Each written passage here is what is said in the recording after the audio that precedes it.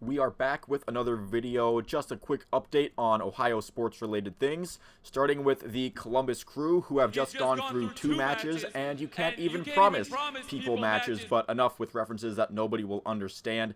In the first of those two matches, last Saturday, the Crew got a victory at home against the New York Red Bulls. Nice to see there, but their next match on July 4th, a 2-2 draw at Inter Miami, and they got a draw in the classic Crew way, with Miami getting an equalizer in the 90th minute. It can't ever be that the game gets, it gets knotted at goals early on in the second half and the game just kind of rides itself out from there. It has to be the Crew having 2 points slip away from their grip in the final stages of the match. That's how it has to be every single time. Now, the Crew do still have a 7-match unbeaten streak that they can rest their heads on, and they are currently 4th in the MLS Eastern Conference, and those two things are all very well and good, and that is positive momentum going forward, but this is definitely one where you would have liked to have gotten all 6 points in those two, especially considering that Inter Miami, the team they drew against, is at the bottom of the MLS East, and the Red Bulls aren't that much better, to be honest. They're well below where the Crew are in the standings right now,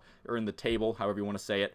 They do get the point on the road, which is the classic MLS phrase that we heard all last year, where you will always take a point on the road. However, letting those points slip away is what kept the Crew out of the postseason last year, where they just barely didn't make it high enough in the table to get to the postseason play. And you look at some of those matches and those results, and you think, well, if a couple of those draws that the Crew dropped in the final 10 minutes of the game, if those end up being wins for the Crew, then they're actually in the postseason. But I'm kind of doom posting about this right now. There are still some very good things about the Crew that's going on. They're still comfortably in a playoff position.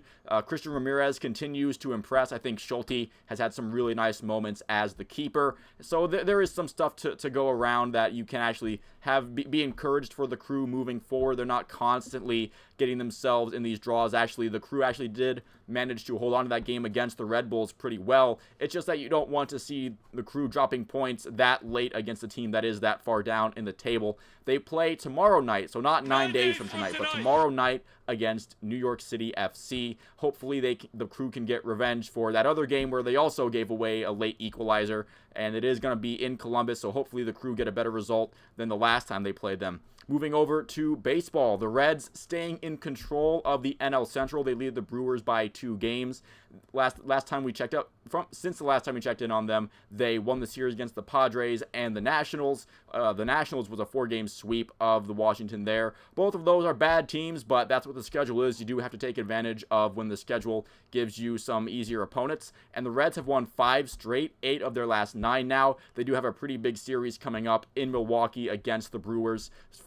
So the Reds can definitely take even more control of the Central than they have. Or if they get swept by the Brewers, things could get a lot more interesting in that NL Central, not in a good way for the Reds. You also have the Guardians, who have fallen 1.5 games behind the Minnesota Twins. They did win a series against the Cubs, but they also lost one to the Braves since we last checked in. They have won the first of 4 against the Royals in Cleveland. You would hope that, given where the Guardians and the Royals are in this 4-game series, that Cleveland would be able to take at least 3 of these, but you never know in baseball. So hopefully the Guardians can continue to make that climb back to the top of their division. They're only 1.5 games out, so they're not out of it by any stretch of the imagination. And we saw this with the Guardians last year, where it was kind of a tight race for first, and then late in the year, the Guardians caught on a hot streak, and they really rode that to the postseason. Moving on to some Blue Jackets news, they had their prospect development camp from July 1st to the 5th. Most of it was pretty open to the public. People were able to go in the arena. I believe they did their stuff where the Columbus Chill used to play. The key takeaway from this one is that Adam Fantilli, he is good. He was one of the standouts at the development camp with all of the prospects. I felt kind of bad for the goalies because it's not any of the NHL or even AHL level goaltenders. It's all the goaltenders that are still in junior league, which usually skaters, forwards and defensemen are closer to becoming what they fully expect to be at that age than goaltenders are. So you end up seeing with that scrimmage at the end, the score was like 9-8 or something ridiculous. Kind of feel bad for them, but I guess they have to be in prospect camp as well. Also, for some for some actual previous NHL skaters for the Blue Jackets, Marcus Bjork has re-signed for 1 year with the organization, and Tim Burney has been extended a qualifying offer, so he's likely to remain in the organization in some way, shape, or form. Jarmo Kekalainen has talked about being open to trades, even though he's not necessarily expecting one at the moment, and he's also hoping to find a third goaltender in the organization, probably more of a veteran presence that will start the year in Cleveland. And if Elvis Merzlikins or Tarasov gets hurt, or they're playing so bad they need to get on waivers to Cleveland or something, that third goalie can come in and play. Ending the video off with some minor Browns roster shakeup. Dawson Deaton, a player who was drafted as a center but can play guard as well. He was a second-year, 7th-round pick. He has been waived with an injury designation, so if no other team claims him, he will go to the Browns IR. Subsequently, they have signed cornerback Vicarious Keys. I don't think either of those players were, candidates to make the roster or anything, but the last few weeks, it hasn't been much the Browns have given us to stay updated on. So there's that. That's how this video is going to be end. Thank you for watching this far if you did make it to the end, and I'll see you at the next one.